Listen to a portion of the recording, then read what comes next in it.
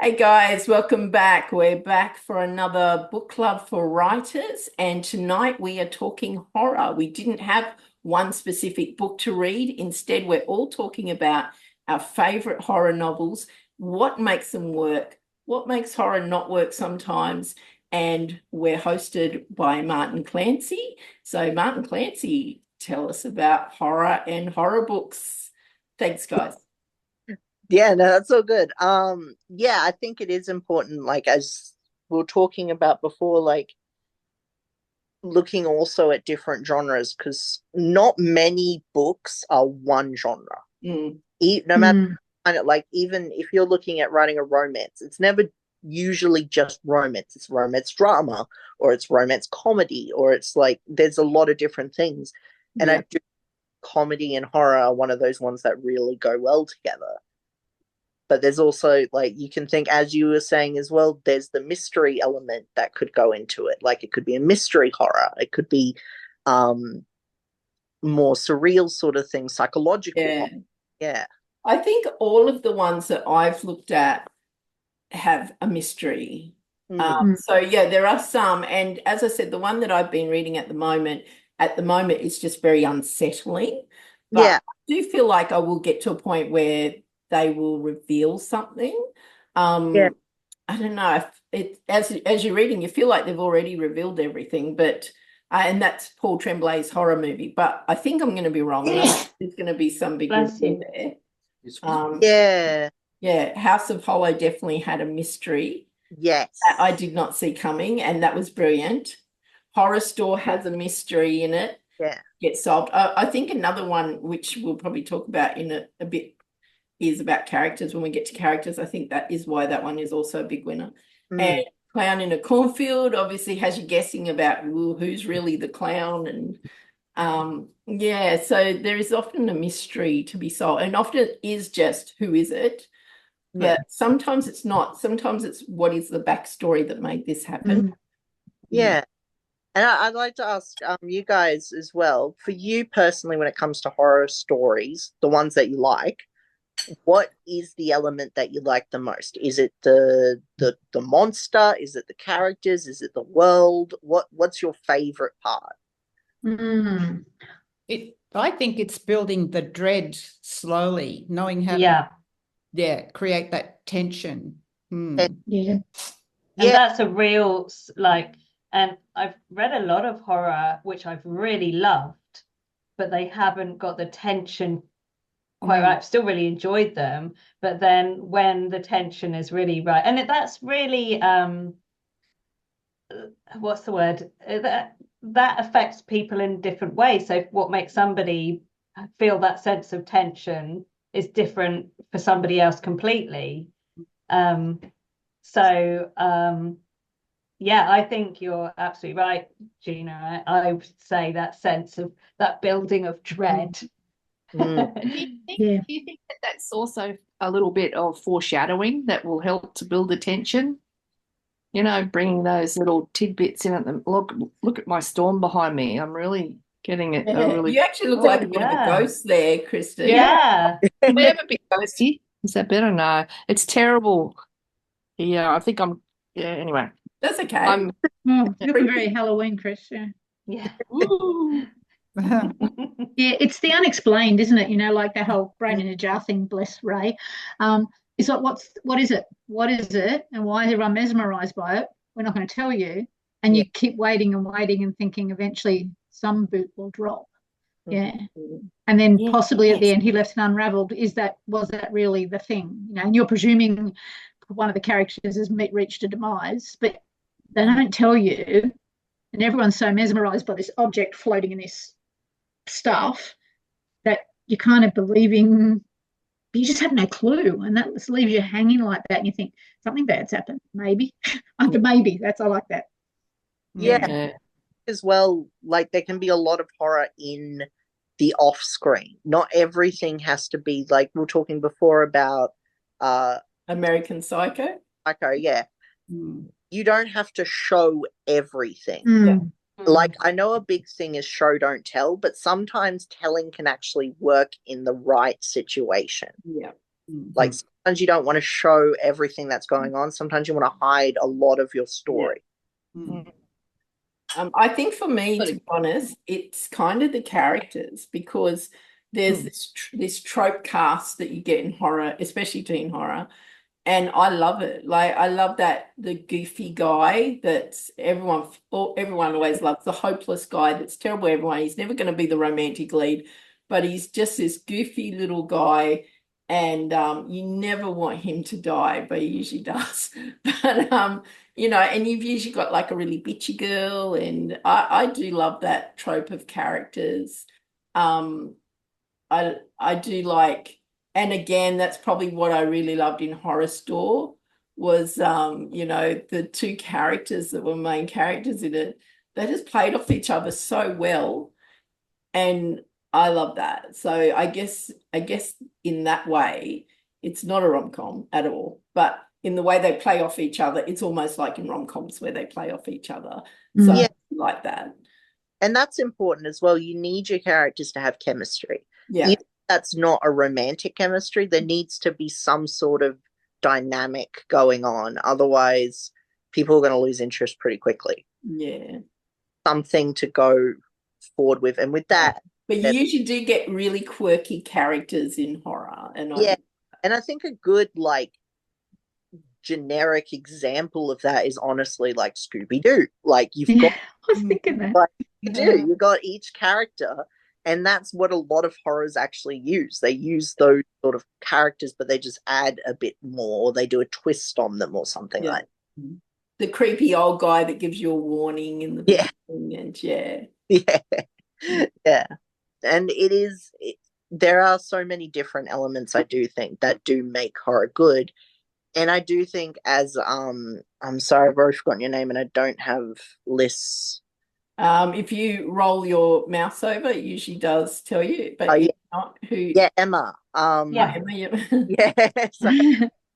but something that you were saying, like, I think is really important as well, is not every person gets icked by the same ick. So when you're writing it, I think it's best to write it that's something that creeps you out, because it's someone else out as well, but then you'll really understand what you're doing. Don't try and write something that's like you couldn't care. Like, if you are like, oh yeah, werewolves, you know, they're not scary. If you're going to have like a final girl, which doesn't have to be a girl, but that final girl sort of moment, then we've got to really care enough to want this person to survive. So they've got to have a lot going for them that we want to survive. The minute you do something where now we think less of them, then it can be like, I don't actually care if you die now, so why am I still watching? I don't like dissing it because it is a good book, but the series of I'm Not a Psychopath, Dan Wells, I want to say. It's great. But I think the scene where the main character does something to a cat, and at that point, I don't actually care anymore if you survive or not. You know, like, you lost me. It's well, just like, it's justified not in that you should do that, but it's justified in that the persona of that person and their disability, that they probably would. But it just made me not really care if they make it or not now, you know. That's important as well, like, because with that one, I only read the first book, and I loved it. And it was very good. I think it happened in the second book. And it's still very good writing, and if it doesn't disturb you, you know, there's plenty of websites there where I always check, does the dog die in this book? Because Knife have never letting go, never forgiving that author, never. In saying that, what about Pet Cemetery? Stephen King's Pet Cemetery, that was built on that. That was, and it was very clever. It was not a dog though, and I know it's a fine line, but it was a cat, so it's animals. Sorry, cat people. I got 2 cats. It's just, I don't know. Dogs feel more vulnerable always to me. So more lovable. Yeah. Yeah, I do think as well it's important, like when you're doing things like that, there's a level of you in a horror, you want to tread the line of you do want to trick your audience, but Mm. traumatize your audience. You don't want to trick them into watching something that they do not want to watch. Yeah, So exactly. like Yeah. if you are like, okay, there's going to be a animal stuff in it, Yeah. usually like with Pet Cemetery, from the beginning, Yeah. Well, from the title, you Yeah. know. Yeah. you know what you're getting into. Yeah. You don't know how it's going to play out, but you know it. Another one I really like that came out is called Nope. Yeah, no. Yeah. And it's horrific, but they do I it. haven't seen it. Oh, you must. Well, Yeah, my family told me not to. Oh, okay. yeah, Because I'm sensitive about some things. Yeah, that's exactly going back to that whole Not the thing. Some people. things. Yeah. yeah. It is an amazing movie, and like I do like because in a lot of horror, animal death is always used as just a cheap scare. Like it's just like, oh yeah, we're going to kill this Yeah. animal. But Or in a that warning, yeah. such a like when it happened, it needed like it was part of the story. It was part of the message in the story, and they were really trying to drive it in of like you can't tame the beast. It's basically the message of that movie, and I think that's important as well. Whatever you're doing, whatever trope you're doing, whatever you're adding to it, make sure it actually adds to your story and isn't just filler to like make it. Mm. Because as soon as you just add filler, it stops being scary. Like Yeah. where you just like kill a cat randomly, that's not really scary. But then if it comes into the story and has an actual like integral part, it then becomes scary. Mm. It But does. Mm. The cat trope too, the cat jumping. Yeah. And Emma's cat just walked in. I know. And Not heart the right stops, yeah. time. Yeah. One thing as well, going back to what you were saying, Martin, about not giving the audience or reader what they don't want. You know, you can't, that you can scare them, but don't traumatize something. And it made me think. So one of the films that I loved, but absolutely I couldn't watch it again, is Midsummer, which and because during that, you know, she's confused. She's like, what the hell is going on? As well, and you're on that journey, and you know it's going to be bad, but you don't know how bad. And then when the really bad stuff happens, you're like, oh no, I didn't want to see that, but you did want to be there at the same. It's a really, but because I think you're constantly in her head, knowing what is about to happen here. Yeah, and you're with her. There is an element of that. I feel like that movie is actually a very good example of when shock horror kind of works. A lot of people try and do shock horror of like, oh, it was like cut a person's arm off and blood everywhere and stuff. And it kind of you got to have the line of actually being scary and not just like I don't. For the sake of it again, like you were saying, play into the story. I do the same summer. I watched it and I'm like, that was an amazing film. Never again. But it wasn't a amazing film. It's an interesting thing, though, what people think that horror actually is. Is it the squirting of the blood? Because maybe somebody's, they don't like blood squirting, or having, like Charmaine and I, having read quite a few horror stories over our last couple of years, what people put into competitions that they thought was horror is, for us, was just not horror. And obviously, like, there's that element of does it have to have a monster? And is a crime story a horror? What constitutes? I mean, we read one of the best horror stories I've ever read, and it was about a unicorn. Oh, that was great. Brilliant. It was brilliant. Yeah. Stabbing people and all this. It was trashy as I loved it. They just came out stabbing everyone. Loved it. I loved it. And Awesome. it had the tropes, had the crazy old man that was giving the warnings, and it was great. There Yeah. is something for that. Like there is a whole genre of that, like B grade horror, like that really trashy horror. So people do love that. I love it. I Yeah. love trashy horror. Like Time traveling horror. Give it to me. I love it. I just love it. Was awesome. It was awesome. But what constitutes a horror story? Exactly. I think that was your first question, right? Where do you draw the line that it's not horror? Well, I I think it really depends on the genre you're going for, because there are subcategories in horror. Like you have slasher horror, you can have psychological horror, you can have body horror, which I guess horror. is shock horror. Yeah. It depends what you're going for. But if you're trying to do what I think a lot of people make a bit of a mistake in doing, is a lot of people try and do experimental horror, but in their mind they're like, if I just add a lot of random stuff, that counts. Intestines everywhere. Yeah. Yeah. My thought that I love is I'm thinking of ending things. It's very experimental. It's very like you got mixes of different art forms all coming together for this horror, but they all play into the story, because at the core it's a psychological horror.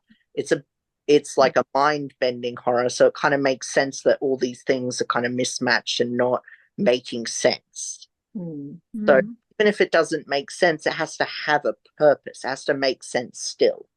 It can't just be wishy-washy and just like random stuff for the sake of random stuff.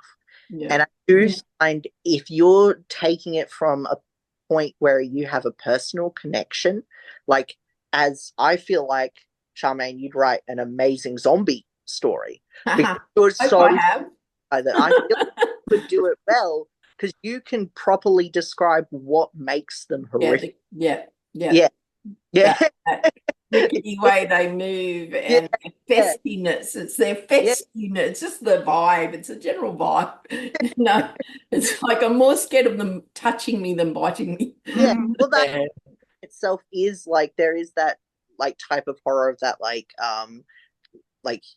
plague horror and stuff like that, where it's like about sickness and grossness. But of like, I did love House of Hollow. I do feel like that grossness was in it quite a bit as well.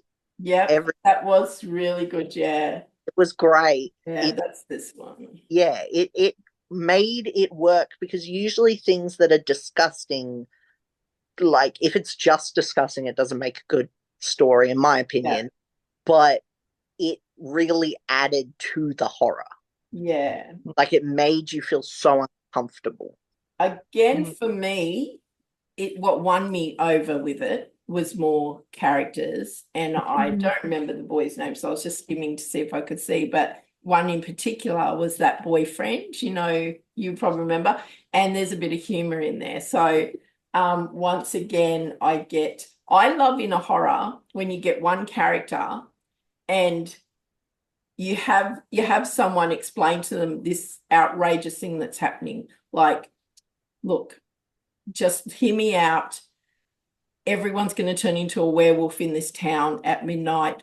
I haven't got time to explain. And they're like, right, we're going to need some silver bullets. And they just accept it straight away. I love that. I love it so much. Where there's no like, wait, do you want more information? Like you just, no, let's go. I do. I really like that. Comedy goes along well with horror as well. I have to have comedy for me to enjoy, otherwise I get bored. But I like the trashy ones with comedy, but there's another genre, which is where you have just obscure weird comedy and I'm thinking about Welcome to Night Vale, all the books that they've brought out. So if you like very quirky kind of weird characters, check out any of the books from Welcome to Night Vale. They're brilliant.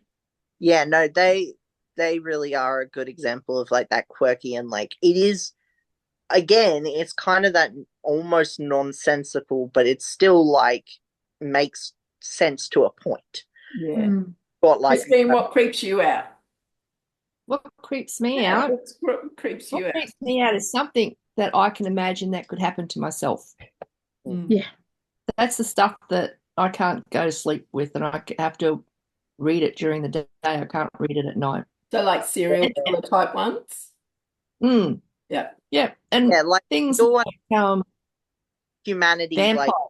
like yeah. I think But maybe even the difference, we're vampires, talking I about thriller and horror, and both can have serial killers. And I think the key difference is, like it can be both, but where it tips more to horror is in the serial killer ones, there's usually a reason they're doing it, and you can justify in your head, oh, well, that won't be me because I don't fit that category. Whereas Yep. in the horror side of it, there's no reasoning with this person because they've got no reason they're doing it. So they're just going to do it just because. And that's kind of scary because you can't talk your way out of it. You can't do this because I don't care. Yeah. Yeah. What got me into Yeah, Robert?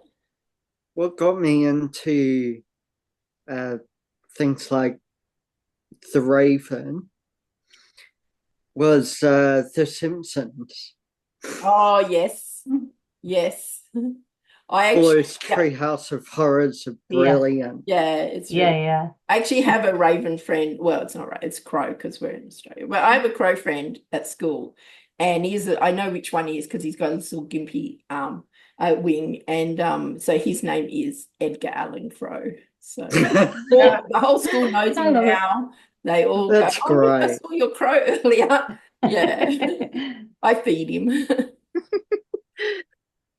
I Yeah. like a I feed him meal work. I natural feed him horror. healthy stuff. If you're going to feed an animal, make sure it's their diet, not Yeah. Not human diet. A lot of those mediums, like, you know, The Simpsons and stuff, are like comedy, and I feel like when they do something horror, it does get you a lot more because you have this sense of safety of like, this is what I expect from the show. Yeah. Yeah. And then you get something like actually scary, and you're like, oh, I was not ready for that. Star Trek does that. Oh, Star really? Trek Strange New Worlds. Some Oh, of the creepiest horror. Yeah. The Gorn, the version of the Gorn now, just leaves you feeling like you want to get a CT scan in case one of them's in you. But Yeah.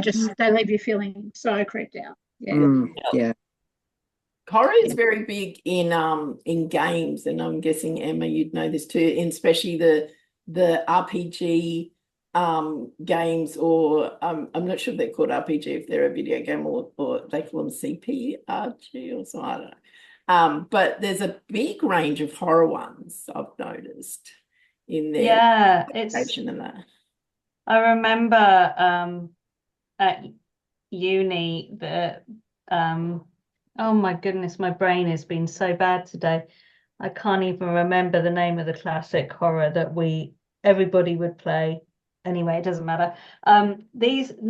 Sunny is now playing Five Nights at Freddy's, which is like more kid-based stuff, but in VR, and so he gets the jump scares when some horrible creature jumps out, and yeah, it is popular. But then at the same time, I remember Neil playing, and I watched because I could not possibly.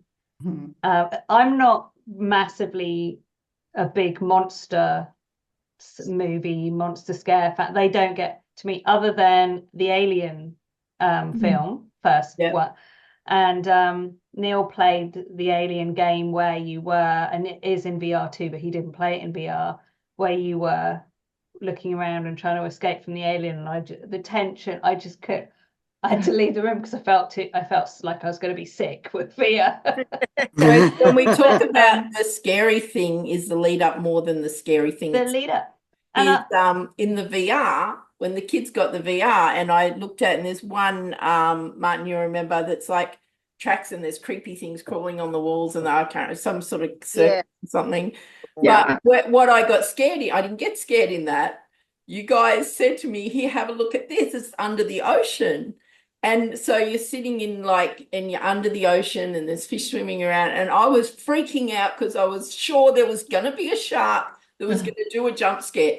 So I was anticipating that jump scare. In the end, I was like, no, it's definitely coming. And you guys were like, look, there's no shark. And the more they said there was no shark, the more I'm sure there's going to be a shark. And I was terrified of it. And it was just a little bit of under the ocean. It is. I have watched Neil in VR do an under the ocean thing where you know that there is a shark attack. Yeah. And he was in the VR and I was just watching the screen and I don't know how he did that. But I was going to say, so I'm a big fan of the Alien films, and we've recently just been to see Alien Romulus, which I very much am not a big fan of films needing to be remade for a younger audience, but I'd heard good things and I quite like the look of the trailer, and we went to see it, and I was very pleasantly surprised. And the thing that made me happiest was that, like with it's still no Alien, but it took its time, that it did the tension building. I don't know if anybody else has seen it, but it took a long time of building up to, I haven't seen it, the big, and whereas a lot of more modern horrors, it's just like, right, we must get you to the scary bit, and it didn't do that. It lived by the classic Alien rule, and it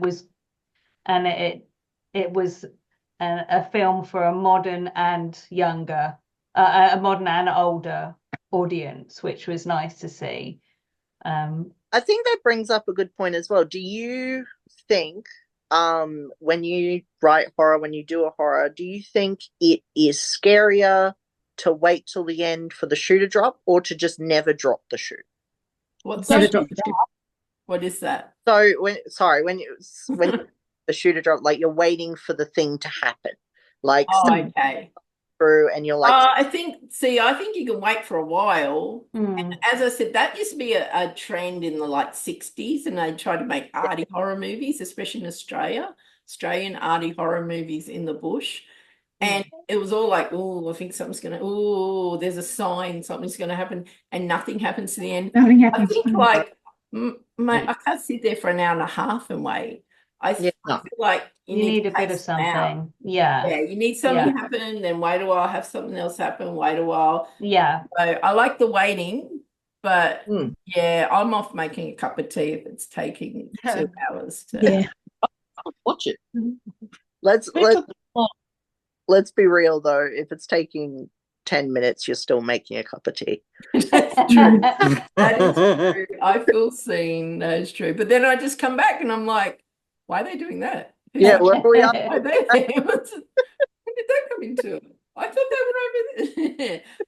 What about tropes? Like, what's everyone's favorite tropes? Because as I said, like rom-coms always have a lot of tropes and we love them. So horror, the tropes in horror, what do you like? What can you remember that you think works or doesn't work?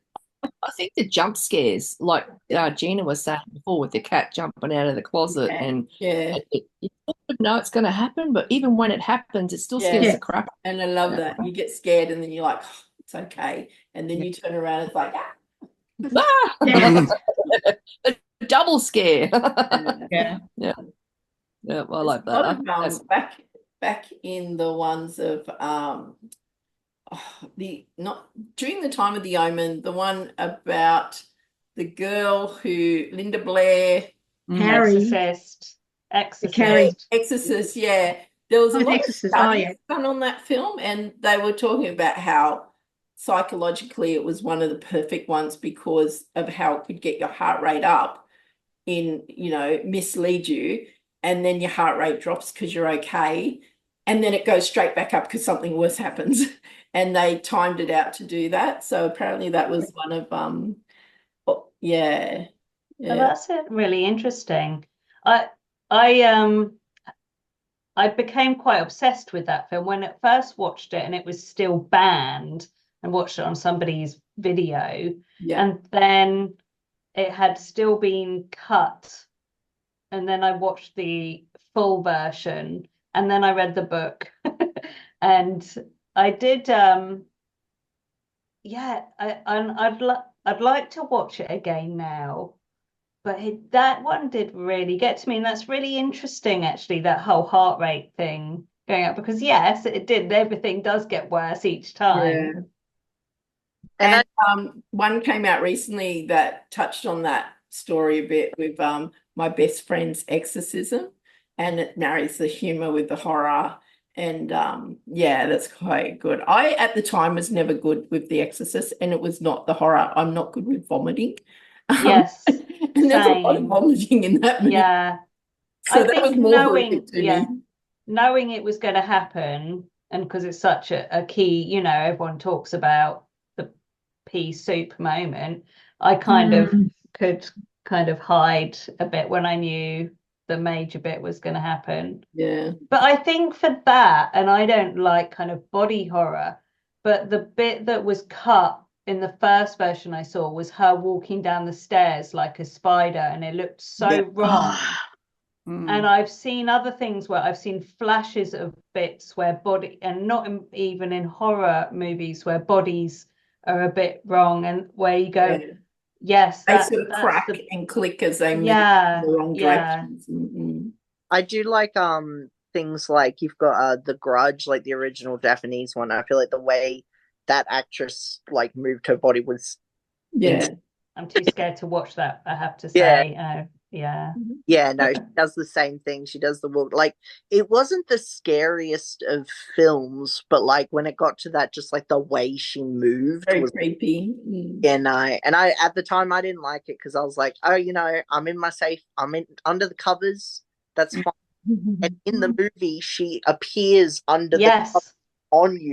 Like, that's not fair. No, I saw that in the trailer and went, I'm never watching that, because that bit scared me in the trailer so much.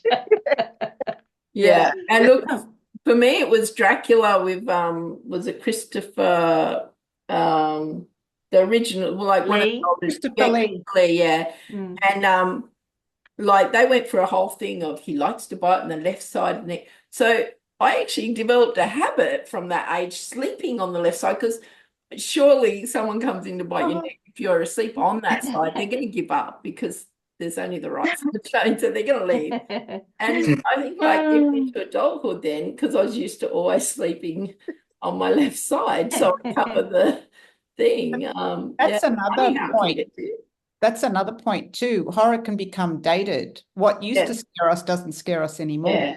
We need bigger shocks as time goes on, or you know, more gore or scarier things or whatever. That's a really good point. And some of the tropes get overused, like the cat, the abandoned hospital, like really the flickering lights in the hospitals with flickering lights. I love this because never will you go in a hospital and the lighting's bad. It's the one place they need good lighting, so they don't leave like flickering lights and things, or rooms where they do surgery where it's really dark. They wouldn't do that. It's funny. Or they're really dirty walls in the hospitals, and you're like, where have you ever seen a hospital like that? For me personally, one of my tropes I love, and I like, it doesn't matter how bad it is, it's found footage. I'm okay. You're a big Blair Witch girl, aren't you? But you like Blair Witch. Didn't like it. I think that it was too annoying, the filming, for me to pay attention anymore.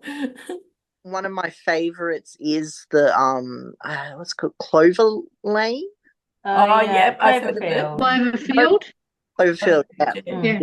I love all three of their films. They're great. I feel like they all are just, it's so weird because they're all the same universe, but they're completely different films. Like you got a found footage film, then you got this almost like psychological, like thriller sort of one of like being kept in a basement, which has nothing to do with all the other stuff. It's just like, that's what that one is. And then you've got this space one, and even the space one I feel like is good because they also have a lot of they have that like the goofy character, so there's a lot of humor in it. well. I love the goofy. Yeah. No, he's great. He is really good. I'll say goodbye now. All right. Good to Bye, Robert. Happy You say goodbye. You don't say, I'll be right back. Yeah.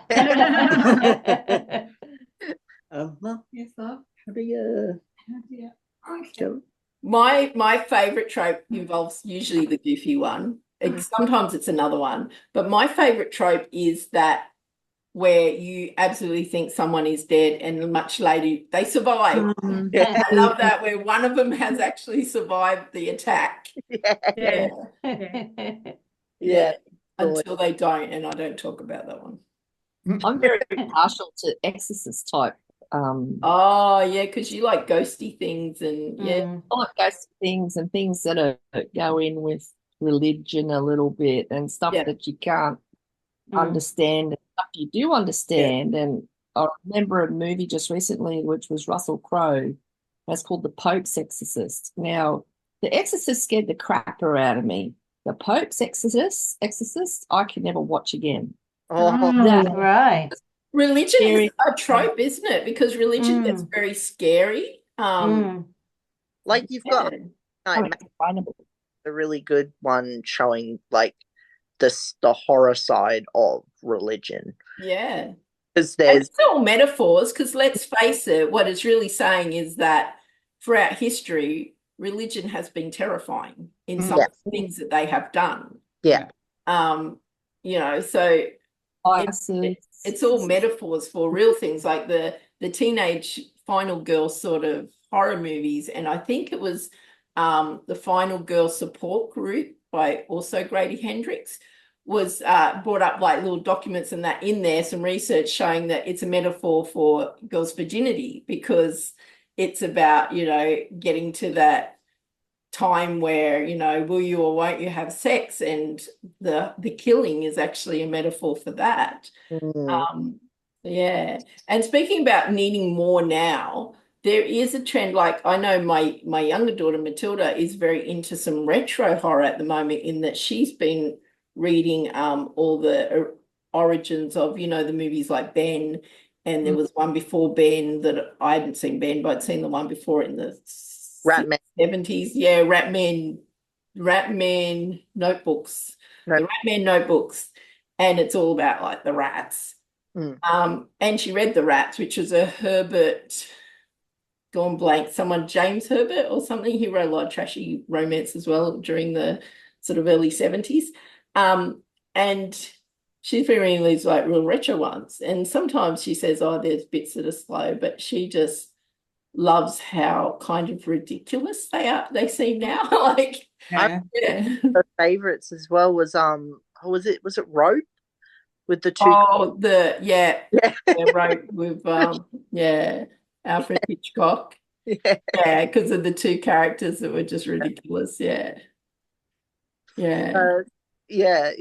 It's sometimes like you got to look, when you look at that, it is technically horror, but I feel like it does fall very heavily under almost comedy, even though it's not necessarily comedy.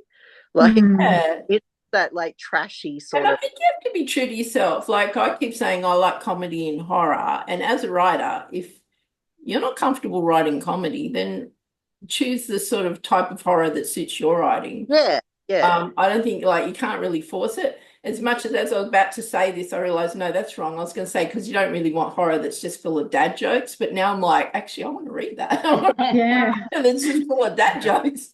That'd be great. Go get on that. And probably another thing as a writer, thinking about what we said about there's teenage horror and adult horror. But of course, there is younger horror as well. There's middle grade horror, which I write and Marty writes, and there are some other rules for that, obviously. So I have a zombie one for kids, and it's okay to have zombies. It's okay for your friends in the story to get infected, as long as by the end of the story, it all gets sorted out and you don't leave anyone dead, that's okay then. And you definitely don't kill any pets or anything, even though mine is literally the zombie dog. But he's having a good time. It's my zombie dog. But it's but the dog is okay by the end, and that's really important to make sure you can get it to the worst moment where you think you've lost everything. Like my little kid, he's 12, and he thinks he's lost his little sister, but he hasn't, and it's okay, you know. And So, I think that's as well looking at, you've really got to know exactly who your age group you're going for. Yeah. Like if you are going for younger, you do have to have that happy ending at the end. Yeah, hopeful. You have to have a hopeful ending at the end. Yeah. But Yeah. as you get older, it becomes less necessary. Not for me.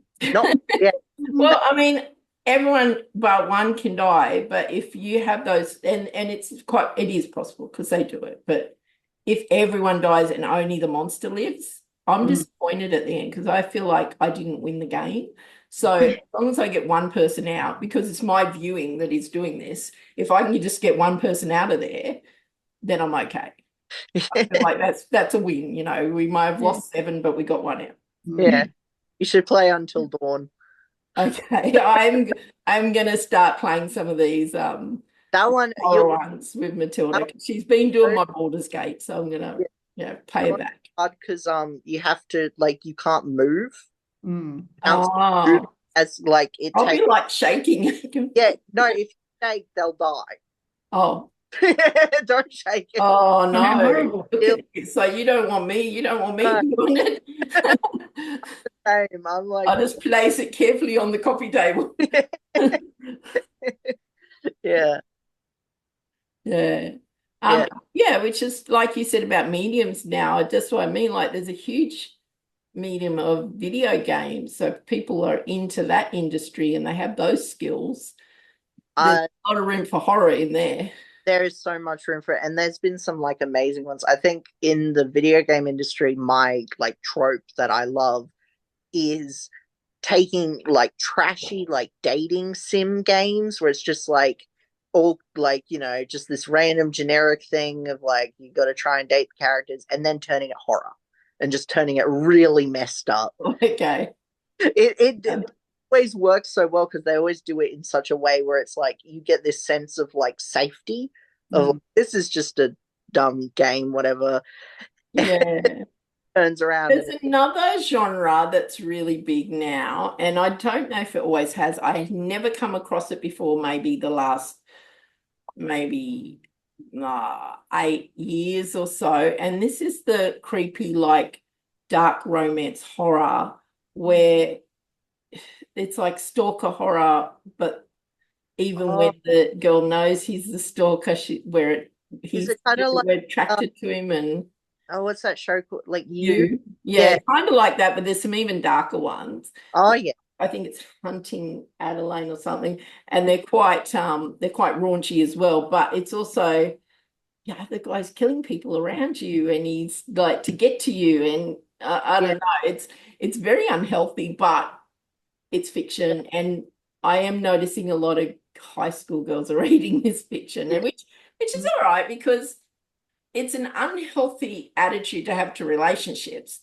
But it is fiction, and it's a safer place for these girls to get to these taboo subjects in a book rather than experimenting with things in life. It does also depend on your book as well, because I feel like there's a way to do that without saying this is good. Some books do it. I forget the name of it, but there was one book where it basically was saying like, but this is actually very good, and this is a good, happy relationship.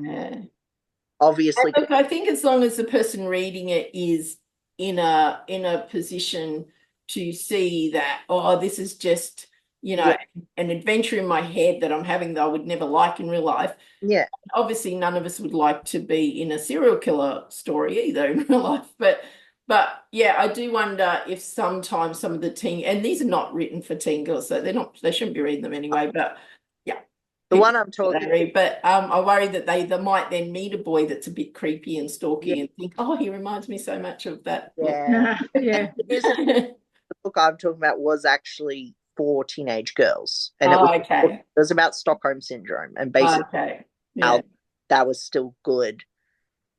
Because he likes you, so that's enough.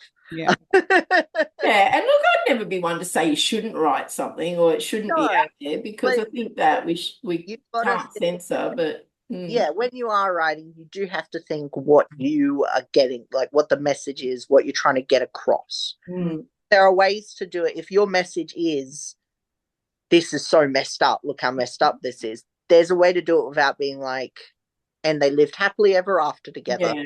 The end. Yeah. But there will be genres that do that. So I'm just saying that's another genre avenue, I guess, if you like that kind of thing. Yeah, true. It's another interesting thing, I think, is for horror now, how much do you need to give people for trigger warnings for the content?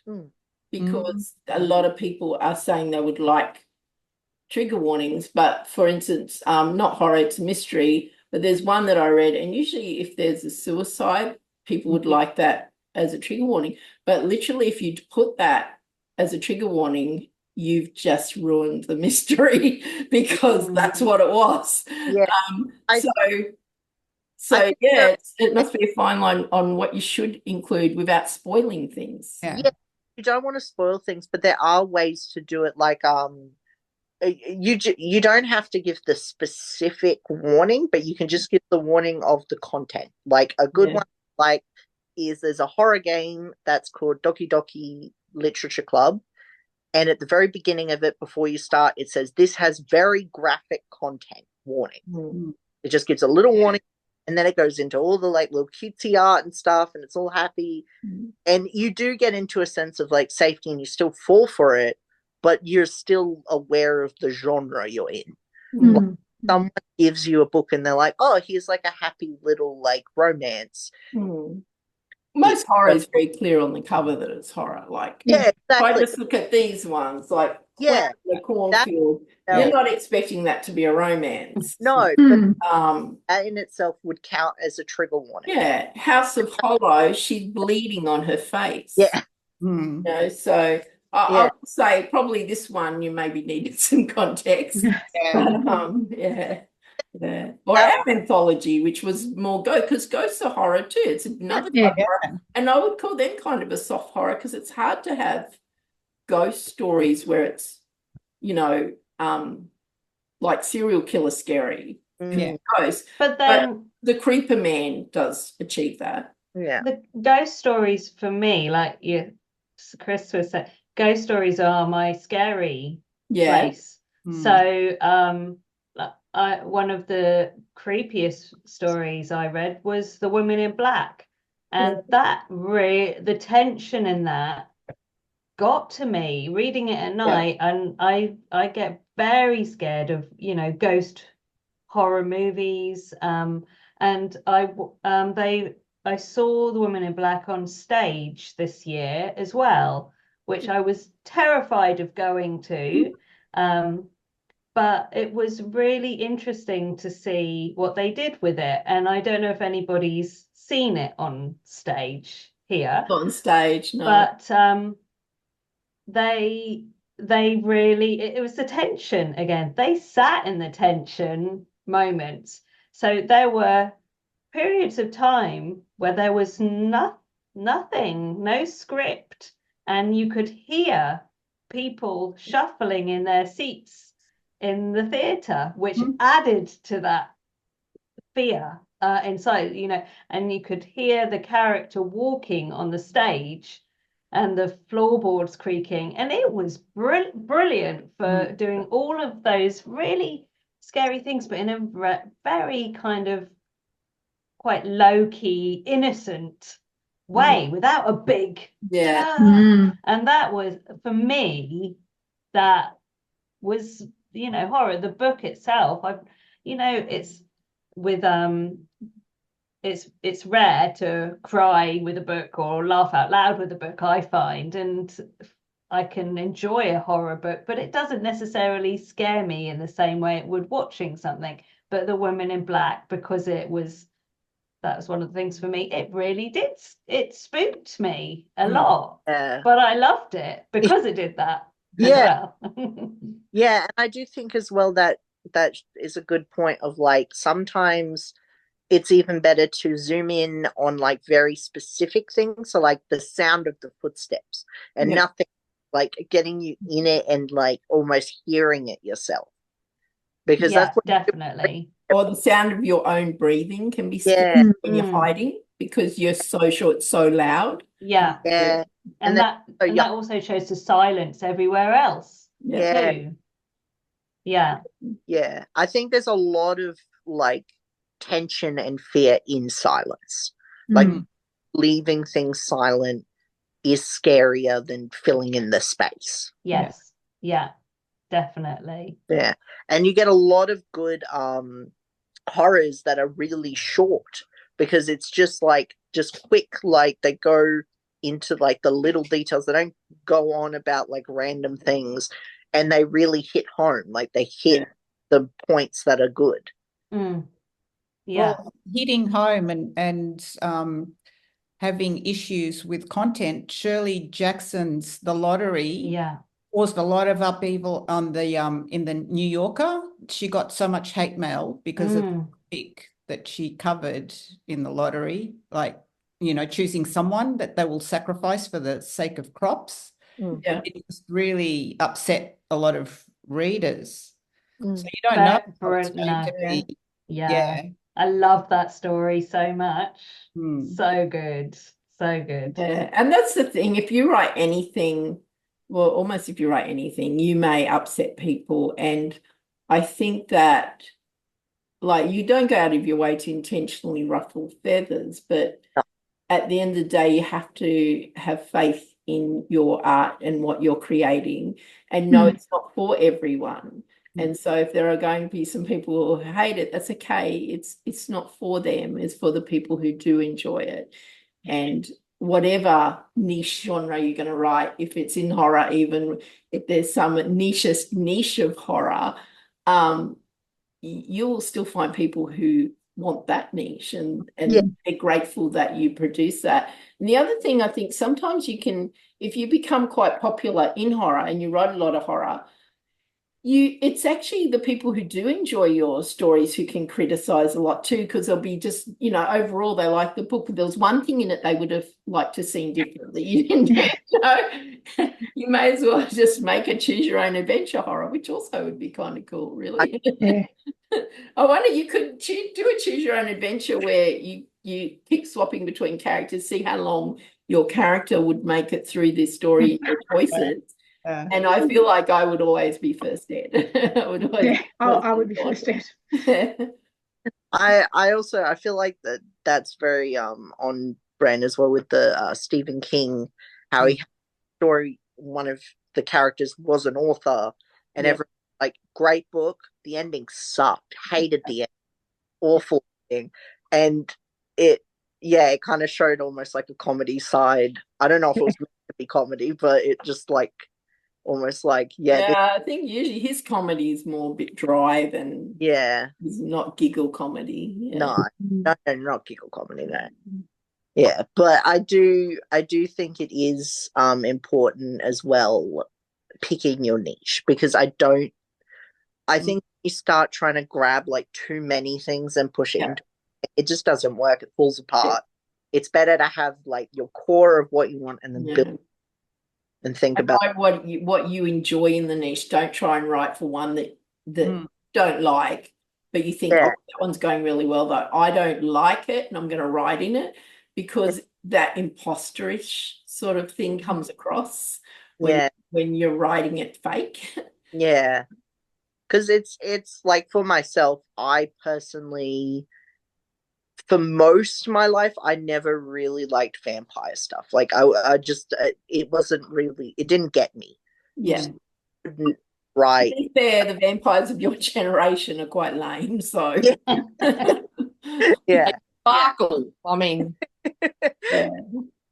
I do like there are some like exceptions to the rule. Obviously, I loved Buffy the Vampire Slayer, but I found, because the characters. It's the characters, but also the types of vampires I like are the more monstrous ones. I like boy ones for myself. I like the monster ones. So I would never write a pretty boy vampire story because I'd be like, look at him. You would probably enjoy Dracula then because it's more evil, Yeah, not that I'm that. a vampire, I'm stuck in this, or don't really want to be that. It's just there's this pure evilness Yeah, and that makes it scary. I also even just like physically, like I like the like Nosferatu sort of that sort of like really creepy looking. It's kind of adorable. Yeah, I mean, after what we do in the shadows here. Yeah, no, it is good. And I do think it is important to keep in mind what your strengths are and what your weaknesses are. Like, if you have something you're like, I hate any form of romance, you probably shouldn't be writing a romance. Like, yeah, that's right. Yeah. Yeah. And it's interesting that Love the genre. Charmaine identifies me as a person who writes horror. And I went, I know the stories you're thinking about, and I just wrote them because that's what had to happen in the story. Yeah. It's interesting that a lot of them I'm now reviewing in my mind going, oh, that one and that one. Yeah, there's a big bunch of, especially with that like deformed monster kind of horror. And I have weird sort of horror, yeah. And I went, oh yeah, but I just, and that's the thing, I hadn't identified it as horror. I'm just writing a story I like to write. Yeah, no, it is. It's good. And it also, like, you look at the different types as well. Like, most stories have elements of things. Like, usually stories have elements of romance. Usually stories have an element of comedy. And then usually things have a element of history. Yeah. Well, Marty, your book had curses, and that's a horror trope. Yeah, that was what I was thinking of, and a couple of the monster battles and that I went, they're horrible. And that if you read the second one, so you read the Spider Bride, and it's a horrible thing. She's a poor, horrible, monstrous thing who's totally deluded, thinks she's getting married. She's actually been transformed into this drooling spider thing, but she doesn't know. Yeah. Favorite monster? What's everyone's favorite or the one that you're most scared of? Like, for me, it's zombies because I'm scared of them, but I don't, not favorite in that I like them, but yeah. Actually, the more human monster that scares. Yeah. The psychopath, the sociopath. Yeah. Yeah. I think for myself, it's that, like, not necessarily a monster itself, but just like in the dark, like the shadows, like just not having a form. Yeah. Having that, like, it could be anything sort of thing, like that real mystery sort of. Yeah. I still think whatever the form of body invasion might happen, whether it be being taken over by a spirit or the gone physically, or that's where something controls you, that you probably would be aware you're being controlled. Yeah. Or you just explode one day or something. Yeah. Well, it wouldn't bother you for long, like. No, not for long. Christine, what about you? I think I know your favorite. Well, mine's vampires. I love vampires. Yeah, you love vampires. We did a great workshop with Belinda. Oh, it's gone out of my mind, but yeah, we did that fire workshop. That was fun. I love vampires. I just think that people have explored vampirism in so many different ways. And look, we've got sparkling vampires now. I mean, who would have thought of that? But they've changed, and the footprint of vampirism has changed over the years, right from Dracula and all the way through the different books and the different ways. And I've seen sexy vampires and scary vampires, and you name it, we've seen vampires, the garlic vampires, whoever they're with in whatever book they're talking about, and ones that can fill your mind, and ones that suck your blood, and ones that want to have sex forever. And I think that there's so many places you can go with vampirism. And I film-wise, Martin, you'll probably agree, my favorite recent thing that relates to vampires would be Midnight Mass. Oh yes, well, definitely. Series on Netflix. Highly recommend. Okay. Yeah. It's amazing. The acting, the script writing is incredible. As well. Yes, the vampire is the main monster, but again, the main thing. Religion. Yeah, the big, and it's that whole, like we've talked about But before. one good thing about the way they wrote is there was balance, because they did show the good in religion as well as the And I'm negative. talking So about, I like that that wasn't just religion or evil. it was the difference between like religion, the organization versus And faith. yeah, faith is a very like is a pure good thing. It's something from inside. Yeah, yeah. And that was quite beautiful the way they showed that. Yeah, and I think like it was really dark, but it had some really like amazing moments. Yeah, it did. Yeah. Anyway, we won't do any spoilers, but I highly recommend it. Yeah. For the people who did the Haunting of Hill House and yeah. all of those, but I think out of all of them, I feel like this was their best one. That's good to know, because I loved Haunting of Hill House, but There then were we times where it watched dragged. a couple of the other ones since then that we've just gone and didn't really enjoy them. I've liked them all, but there have been times throughout them where I've gotten bored. Yeah. But this one, I feel like the story writing is very tight. It's Okay. it's all about the people. Yeah. And talking about vampires a bit as well, it's something that I find like more horrific about vampires is looking at their origin. Yeah. Thing of like the bells on the coffins Graves, and seeing the scratch marks inside, because like then you're exploring the territory of like, yes, there's vampires and stuff, but there's also like that claustrophobia being buried alive. Look, I think, to be honest, if you're just a heavy sleeper, there's a good chance you'd wake up in the coffin back then. Yeah. They won't take you. And, we think, oh, how could there be so many people in comas? I don't think there were. I just think that if you were, really appeared dead in any way, they would be quick to bury you, because there were a lot of diseases and things at that time, that one of the easiest ways to get sick and catch a disease is being near a dead person. So they're very quick to bury them. Yeah.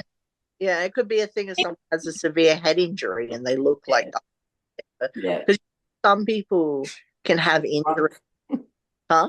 Or drunk. Oh, yeah.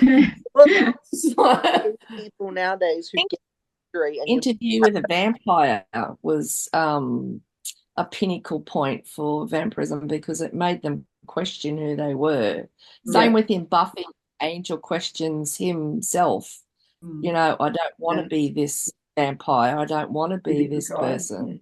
And I really enjoyed that too, because they look at the humanity of a vampire. Yeah. And I really like that question. I do think it does have to at some point in horror, like everything kind of ties into reality to a point. Yeah.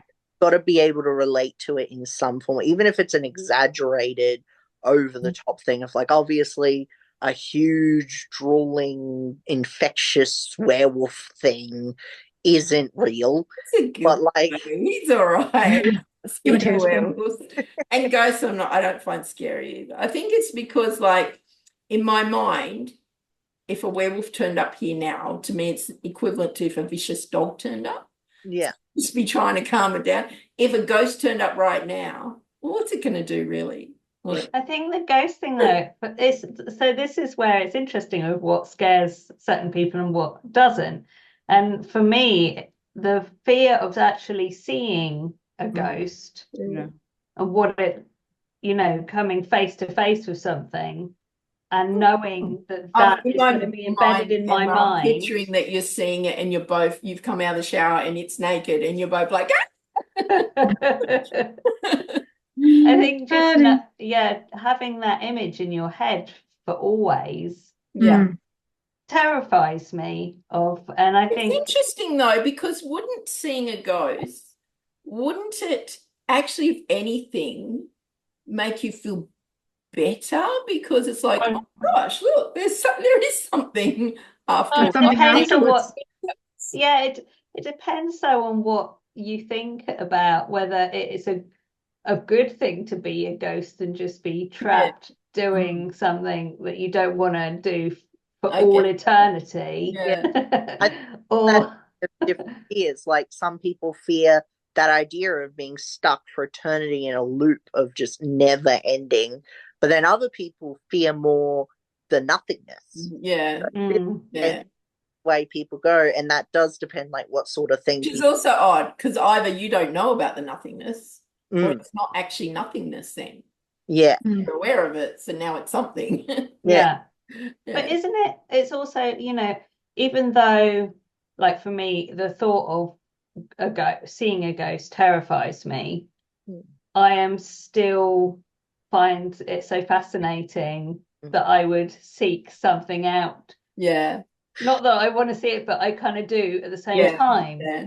And so isn't that what, I guess it's that's like what we're all it craving. is that part of horror stories is the metaphor for mortality and the fear of mortality and you know. But so I feel like the reason that horror is so popular and like so many people love horror is that almost Pandora's box thing of like don't open it, but you're like, I just want to know what's inside though. Yeah. Just want once. That kind of like and, yeah. And then you're like, oh no, that was awful. Why'd I look? But you're kind of like, you're so drawn to what you know you shouldn't, like anything that's taboo. Yeah.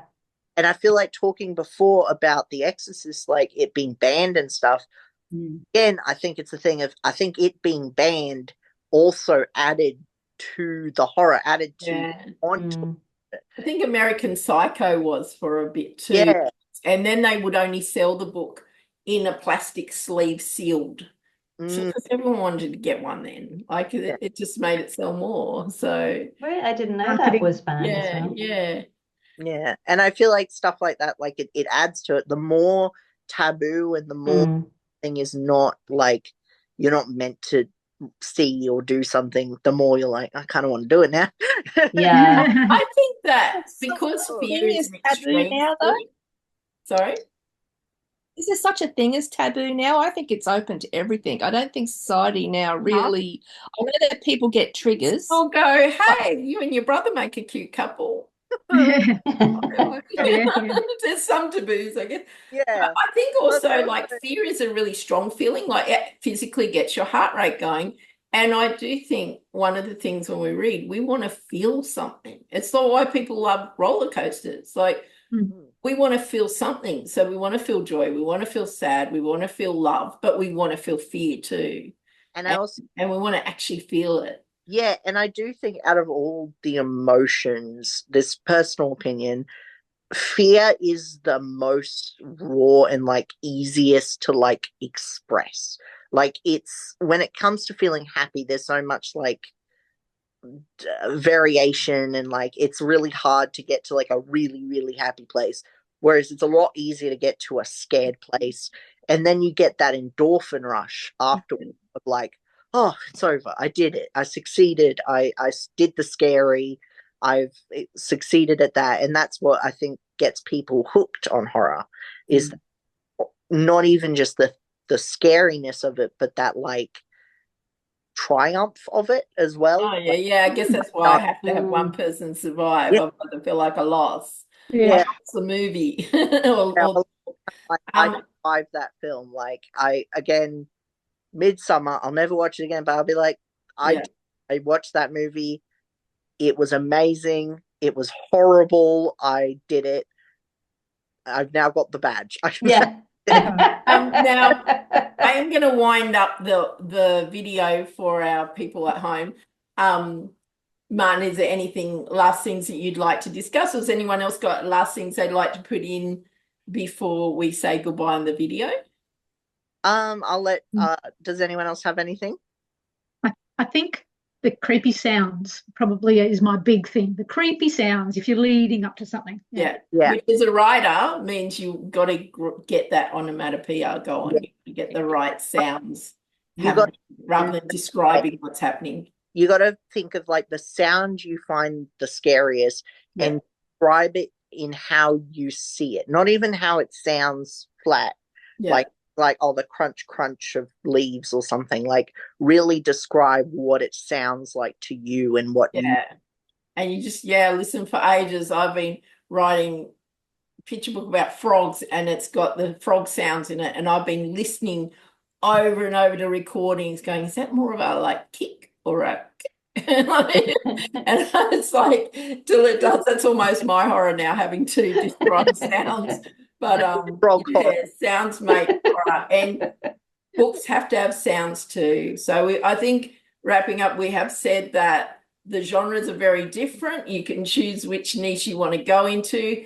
It's really important to have that suspense as well as the scary bits, and the lead up is like more scary, and that characters are really important. And we talked about some tropes as well, that people love their tropes. Don't hold back on the tropes because you think it's cliche. We love cliche, and well, it doesn't have to, it can still be fresh, but bringing us some of those things, almost like we've got a bingo card and we're marking off that happens.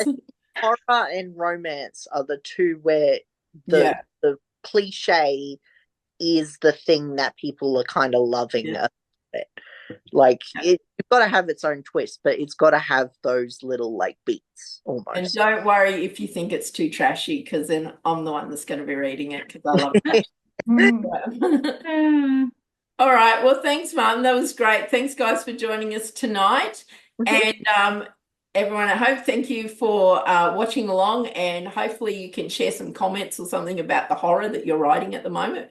Or if you've got favorite tropes that we didn't mention, because there's so many, you could write about those. Would love to hear them. So just pop them in the comments, and we'll say good night for now. And our next project, I think, we'll be talking about will be NaNoWriMo, which is stunning. Ooh, a few hours. Tomorrow. All right. Thanks a lot. Stay creative.